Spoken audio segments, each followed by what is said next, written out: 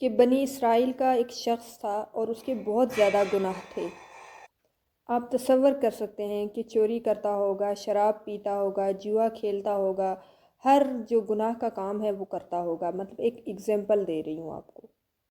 تو وہ جو ایریا کے لوگ تھے، اس علاقے کے لوگ تھے، وہ اس سے اتنا تنگ تھے کیونکہ وہ بہت زیادہ فساد مچاتا تھا، تو وہ لوگ اس سے اتنا تنگ تھے کہ انہوں نے سوچا کہ اس کو نا، اس کے ہاتھ پاؤں کو چین سے باندھ کر تو اس کو کسی دور دراز کے علاقے میں پھینک آتے ہیں، مرتا ہے تو مر جائے۔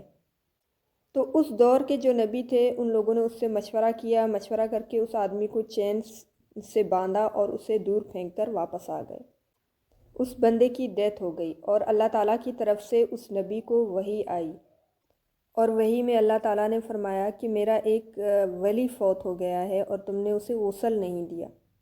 اور وہ نبی اتنا حیران ہوئے، ان کے پیروں تلے زمین نکل گئی کہ یہ کون فوت ہو گیا ہے؟ اللہ کا ولی جس کو میں نے غسل نہیں دیا ہے۔ تو اللہ تعالیٰ نے فرمایا کہ آپ اس علاقے میں جا کر دیکھو، میرا ولی وہاں پر فوت ہوا ہے۔ اور جب وہ اپنی قوم کو لے کر وہاں پہنچے تو اس بندے کو دیکھ کر وہ اتنا حیران ہوئے کہ یہ تو وہی بدکار آدمی ہے جس نے سارے اہل علاقہ کے ناک میں دم کیا ہوا تھا۔ تو پھر وہ سوچنے لگا کہ یہ شخص ولی کیسے ہوا؟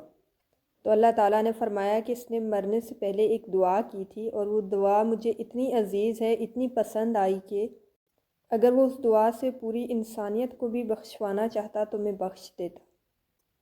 اور وہ دعا یہ تھی کہ اے اللہ، اگر مجھے معاف کرنے سے تیری عزت میں کوئی کمی نہیں آتی تو مجھے معاف کر دے، اور اگر مجھے سزا دینے سے تیری عزت بڑھتی ہے تو مجھے سزا دے دے۔